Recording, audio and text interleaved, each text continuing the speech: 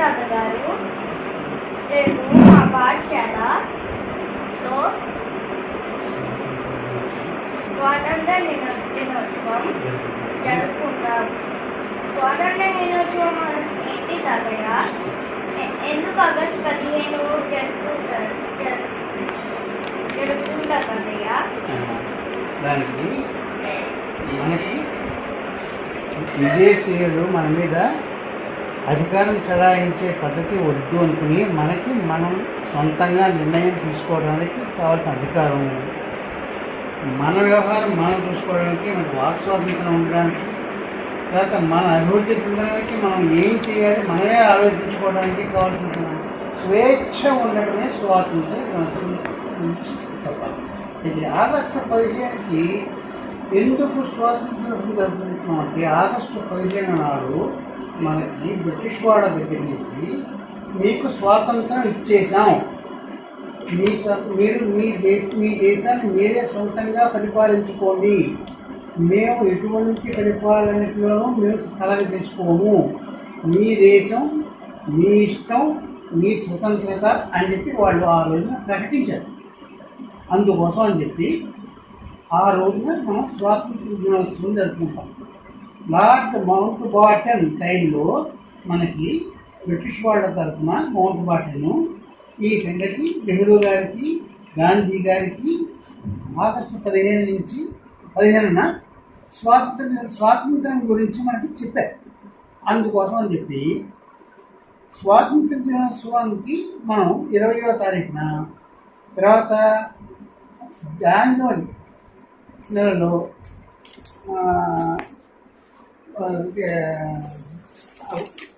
పరిపూర్ణ స్వాతంత్రం కూడా జరుపుకుంటూ పెరేడ్ గ్రౌండ్స్లో పోలీసులు మిలిటరీ వాళ్ళు పెరేడ్ చేస్తారు, జెండాలు ఎగరేస్తారు, వెళ్ళి చూస్తారు, సైనికులందరూ చేస్తారు. ఆగస్టు 15 నాడు ఏం చేస్తారు? మీ స్కూల్లో జెండా ఎగరేస్తారు, మీకు అందరి పిల్లలందరికీ బిస్కెట్లు చాక్లెట్లు ఇంటి పడతారు, జనగణమన పాటిస్తారు. ఇవన్నీ ఆగస్టు 15 నాడు పిల్లల చేత చేస్తారు. జ్ఞాపకం చేయడం కోసం ఆగస్టు 15 చేస్తారు. బ్రిటిష్ వాళ్ళు యూరప్లో ఉన్న ఒక దేశం నుంచి మన దేశానికి వ్యాపారం చేసుకుంటాము అని చెప్పి వచ్చారు. వాళ్ళు వచ్చిన వాళ్ళు ఏం చేశారు? మన దేశంలో ఉండే చిన్న చిన్న రాజ్యాల్లో ఉండే రాజులకి మధ్యన గొడవలు పెట్టి యుద్ధాలు వచ్చేలా చేసి, ఒక్కొక్కరిని వీళ్ళు మేము సహాయంగా ఉంటామని చెప్పి ఓ రాజు తరఫున ఇంకో రాజుతో యుద్ధం చేసి ఆ రాజుని ఓడించి ఈ రాజుని చెరువులో పెట్టుకుని, అలా వీళ్ళ చెప్పు చేతల్లో పెట్టుకుని వీళ్ళు మెల్లిగా అందరి మీద అధికారం చెలాయించడం మొదలుపెట్టి దేశాన్ని కంప్లీట్గా పూర్తిగా వాళ్ళ హస్తగతం చేసుకున్నారు. వాళ్ళు వ్యాపారం నిమిత్తం వచ్చారు. అసలు వచ్చింది మొట్టమొదటి వ్యాపారం కోసం వచ్చారు. వ్యాపారం కోసం వచ్చి వాళ్ళు ఈస్ట్ ఇండియా కంపెనీ అనేదాన్ని కలకత్తాలో పెట్టుకుని, ఆ ఈస్ట్ ఇండియా కంపెనీ నుంచి వాళ్ళకు ఒక ఫోర్ట్గా ఒక కోట కట్టున్నారు. ఆ కోటకి మమ్మల్ని మేము రక్షించుకోవడం కోసం మాకు సైన్యం కావాలని చెప్పి సైన్యాన్ని పెట్టుకుని, ఆ సైన్యం సహాయంతో మిగతా రాజుల మీద యుద్ధాలు చేసి వాళ్ళని ఓడించి, వాళ్ళు రాజులకి తయారయ్యి మన స్వాతంత్రాన్ని లేకుండా చేసి, వాళ్ళు చెప్పినట్టుగా మనం వినేలా చేసి, వాళ్ళు మన దేశాన్ని వాళ్ళ గుట్టులో పెట్టుకుని మన స్వాతంత్రాన్ని లేకుండా చేశారు. మన భారతీయులను ఎలా చూశారు తాతయ్య? బ్రిటిష్ వాళ్ళు ఎలా చూశారు అంటావు? మన భారతీయుల్ని ఎప్పుడు కూడా వాళ్ళు సెకండ్ రేట్ సిటిజన్స్గానే చూశారు. అంటే వాళ్ళు చెప్పింది కరెక్టు, వాళ్ళు చెప్పింది వేదం, వాళ్ళు చెప్పింది అధికారం, మన వాళ్ళ కింద బానిసలుగానే వాళ్ళు మనని ఎప్పుడు కూడా ఒక హీన భావంతో, తక్కువ భావంతో చూశారు. వాళ్ళు వెళ్ళే రైలు పెట్టెలో మనం ఎక్కకూడదు, వాళ్ళు కూర్చునే కుర్చీలో మనం కూర్చోకూడదు, వాళ్ళ ఎదురుగుండా మనం కూర్చుని మాట్లాడకూడదు. ఇట్లాంటి పనికిరాని అధికారం, అహంకారం నిండిపోయిన భావాలతోటి మనని సెకండ్ గ్రేడ్ సిటిజన్స్ కింద చూశారు తప్ప సమానమైన వ్యక్తులుగా, సమానమైన మనుషులుగా వాళ్ళు ఎప్పుడూ మనం చూడలేదు. మనకి ఇవ్వాల్సిన గౌరవం మనకి ఇవ్వలేదు. మన ఎప్పుడూ తక్కువగానే చూశారు. మనలో ఎంతో గొప్పవాళ్ళు ఉన్నా మనలో ఎంతో తెలివైన వాళ్ళు ఉన్నా, మనలో ఎంతో గొప్ప గొప్ప పనులు చేసిన వాళ్ళు ఉన్నా కూడా వాళ్ళు మనకి ఇవ్వాల్సిన గౌరవం ఇవ్వలేదు, మనకి ఇవ్వాల్సిన మర్యాద ఇవ్వలేదు. మన తక్కువ వాళ్ళుగానే చూశారు తప్ప మనకి ఇవ్వాల్సింది చేయలేదు. వాళ్ళు ఏ రకంగా గొప్ప మనకు తెలియదు, కానీ మన గొప్పతనం మాత్రం వాళ్ళు గుర్తించలేదు, మన గొప్పవాళ్ళుగా వాళ్ళు ఎప్పుడు భావించలేదు, మన తక్కువగానే చూశారు. మాకేం సందేశం ఇచ్చారు తాతయ్య? ఇప్పుడు ఏ సందేశం ఇవ్వాలి అంటే, మనం మన కాళ్ళ మీద నిలబడి మనం సొంతంగా అభివృద్ధి చెంది మిగతా ప్రపంచంతో సమానంగా అన్ని రకాలుగా మనం అభివృద్ధి చెందాలి. మనకి ఎవరో సలహాలు ఇవ్వడం కానీ, మనని ఎవరో కంట్రోల్ చేయడం కానీ అలాంటివి లేకుండా మనం కూడా తగిన వాళ్ళమే. ప్రపంచంలో మిగతా జనం అలాంటి వాళ్ళు, మిగతా ప్రజలు అలాంటి వాళ్ళు, మనం కూడా అలాంటి వాళ్ళం. వాళ్ళు ఎలా చేయగలరో మనం అలాగే చేయగలం. మన గొప్ప మనకి ఉంది, మనం చేయగలిగింది మనకుంది. మనం అందరిలాగే మనం కూడా సాధించాల్సిన కొన్ని ఉన్నాయి. ఇలాగా మనం అన్ని రంగాల్లోనూ అంతరిక్షం దగ్గర నుంచి అగాధ సముద్రాల వరకు ఎన్నో వాటిల్లో మనం సొంతంగా చాలా అభివృద్ధి చెందాం. ఏ దేశం దగ్గర నుంచి కూడా మనం ఎటువంటి సహాయం తీసుకోలేకుండానే మనం సొంతంగా స్పుత్నిక్లు, రాకెట్లు, తర్వాత యుద్ధ సామాగ్రి, పెద్ద పెద్ద ఓడలు, జలాంతర్గాములు, ఇలాంటివన్నీ కూడా ఫ్యాక్టరీలు, ఇండస్ట్రీలు, ఇవన్నీ కూడా మనం డెవలప్ చేసుకుంటున్నాం.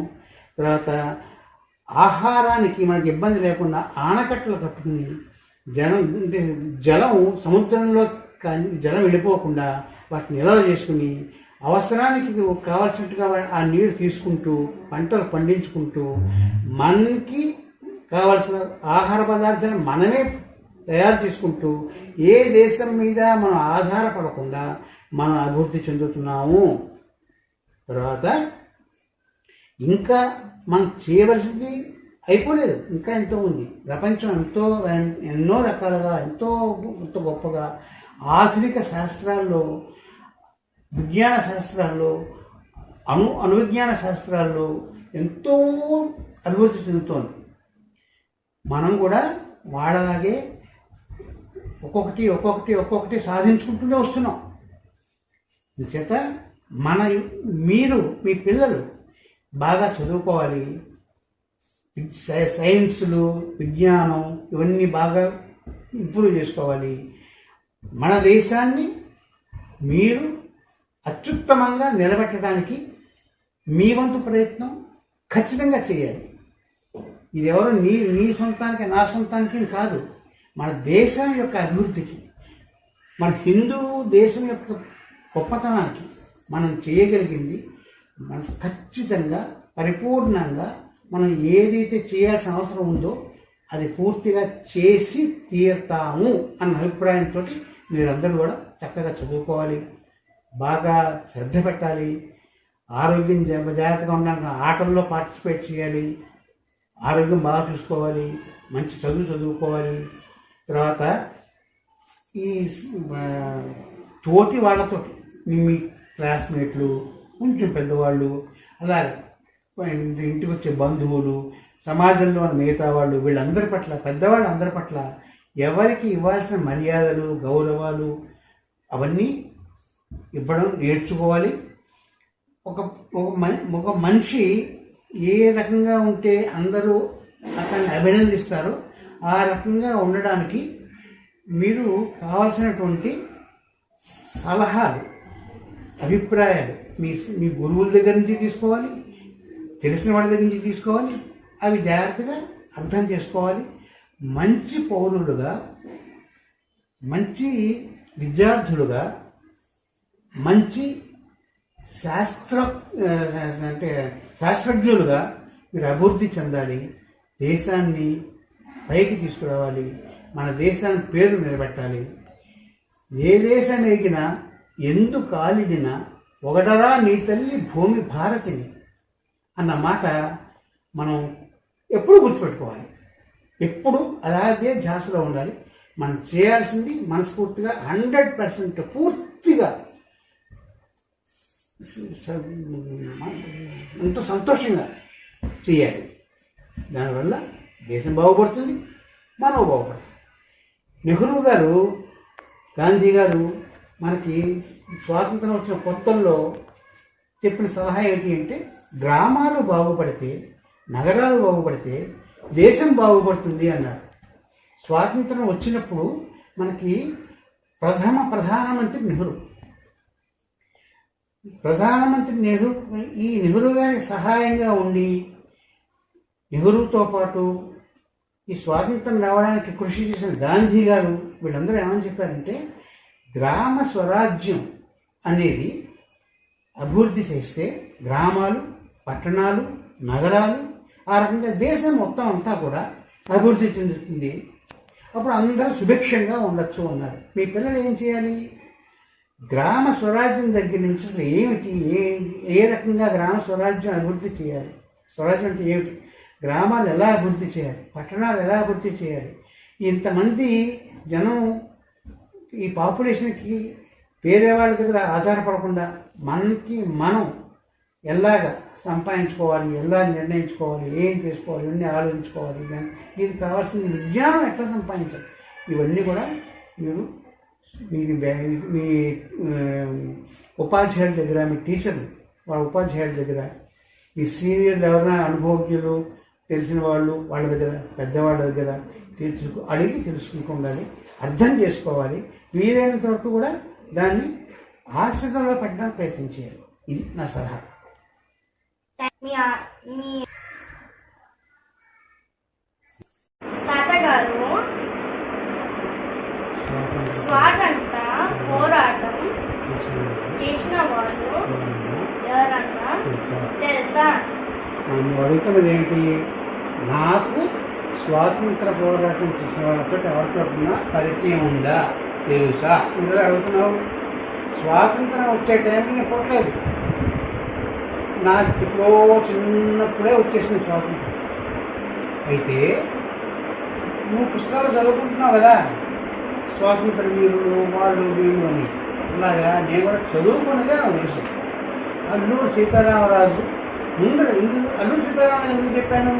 మన తెలుగువాడు మన్యంలో వీరుడు, బ్రిటిష్ వాళ్ళకి ఎగ్నిస్ట్గా ఫస్ట్ ఇక్కడ అలాంటి స్వాతంత్ర పోరాటం మొదలుపెట్టిన వాడు అల్లూరు సీతారామరాజు. అల్లూరు సీతారామరాజు ఒకటి గురించి చదివాను. తర్వాత ఖుదీరామ్ బోస్ అని ఒక ఆయన గురించి చదివాను. ఝాన్సీ లక్ష్మీబాయి గురించి కూడా చదివాను. ఇలాగా చాలామంది స్వాతంత్రం కోసం అంటే బ్రిటిష్ వాళ్ళతోటి యుద్ధం చేసి, దెబ్బలాడి, ఫైట్ చేసి స్వాతంత్రం కోసం ఎంతో ప్రయత్నం చేసిన వాళ్ళ గురించి నేను చదివాను. వీళ్ళు బాణాలట్టుని, కత్తులుట్టుని, తుపాకీలట్టుని వీళ్ళు బ్రిటిష్ వాళ్ళకి యుద్ధం చేశారు. కానీ గాంధీ కానీ నెహ్రూ కానీ వీళ్ళు యుద్ధం చేశారు. వీళ్ళు ఎలా యుద్ధం చేశారు? వీళ్ళు అహింసగా యుద్ధం చేశారు. అంటే వాళ్ళతో కర్ర పట్టుకోలేదు, కత్తి పట్టుకోలేదు, తుపాకీ పట్టుకోలేదు. వాళ్ళు వీళ్ళని హింస పెట్టినా కూడా, బాధ పెట్టినా కూడా వీళ్ళు ఏమీ ఎదురు చెప్పకుండా దెబ్బలు తిన్నారు, జైళ్ళలో పెట్టి జైళ్ళకి వెళ్ళారు. అంతే తప్ప మా స్వాతంత్రం మాకు ఇవ్వండి అన్న మాట వదలలేదు. అదే అడుగుతూ వచ్చారు. వాళ్ళు అహింసా పద్ధతిలో స్వాతంత్రం కోసం వాళ్ళు యుద్ధం చేశారు. వాళ్ళు చేసిన యుద్ధానికి స్వాతంత్రం కోసం అహింసా పద్ధతిలో యుద్ధం చేశారు. ఆ రకంగా గాంధీ కానీ, నెహ్రూ కానీ, సుభాష్ చంద్రబోస్ కానీ, పటేల్ కానీ వీళ్ళందరూ కూడా స్వాతంత్రం కోసం అహింసా పద్ధతిలో యుద్ధం చేశారు. విజయాన్ని సాధించగలిగారు. ఆఖరికి బ్రిటిష్ వాళ్ళు వీళ్ళని ఏమీ చేయలేక, ఎందుకంటే తిరగబడి అల్లూరి సీతారామరాజులాగా, లేకపోతే ఖుదీరామ్ బోస్ లాగా, లేకపోతే ఇంకొకళ్ళలాగా తుపాకీలు కొట్టుకుంటే వాళ్ళు తుపాకీలు కొట్టుకున్న, బాణాలు కొట్టుకుని కొట్టేసేవారు. కానీ వీళ్ళు ఏం చేయట్లేదు. ఏమి చేయలేదు. వాళ్ళు మాత్రం ఏం చేస్తారు? ఏం చేయలేదు. జైలులో పెట్టడం తిరిగి చేయలేక ఆఖరికి వాళ్ళు విసిపెట్టి వీళ్ళని వదిలేసారు. అయితే వాళ్ళు చేసిన పని ఏంటంటే లార్డ్ మెకాలే అని ఉండేవాడు బ్రిటిష్ ప్రభుత్వం తరఫున. ఆ లార్డ్ మెకాలే అన్న ఆయన ఈ హిందూ దేశంలో గవర్నర్ జనరల్ దగ్గర పనిచేయడానికి వచ్చాడు. ఆయన ఏం చెప్పాడు, ఆయన విద్యాశాఖను చూసాడు. ఆయన ఏం చెప్పాడు, హిందువుల యొక్క ఐకమత్యాన్ని చెడగొట్టాలన్నా, వాళ్ళు కలిసి ఉండే గుణాన్ని చెడగొట్టాలన్నా, వాళ్ళు పూర్తిగా మన మీదే ఆధారపడి బతికేలా చేయాలన్నా, వాళ్ళకి స్వాతంత్ర భావాలు రాకుండా ఉండాలన్నా, వాళ్ళ యొక్క విద్యా వ్యవస్థ మీద, వాళ్ళ సాంస్కృతిక వ్యవస్థ మీద ఖచ్చితమైన దారుణాలను దెబ్బ కొట్టాలి అని చెప్పి వాళ్ళు వేశారు, ఇంగ్లీషు భాషని నేర్చు తీరాలి అని బలవంతంగా మన హిందువుల మీద, హిందూ దేశీయుల మీద ఆంగ్ల భాషని మాత్రమే ఎక్కువగా ఉద్దేశారు. మన భారతదేశానికి సంబంధించినటువంటి మన సంస్కృతి కానీ, మన భాష కానీ, మన వేదాలు కానీ ఏవి కూడా పైకి రానివ్వకుండా అన్ని రకాలుగా కూడా మనని అణగదొక్కేసేసి మన విజ్ఞానాన్ని, మన సంస్కృతిని వాళ్ళు నాశనం చేసేసారు. 11వ శతాబ్దంలో మన దేశంలో ఎన్నో గొప్ప గొప్ప దేవాలయాలు అద్భుతమైన శిల్పకళతోటి మన రాజులు తెప్పించుకుంటారు. ఆ రోజుల్లో బ్రిటిష్ వాళ్ళకి ఒక నాగరికతే తెలియదు.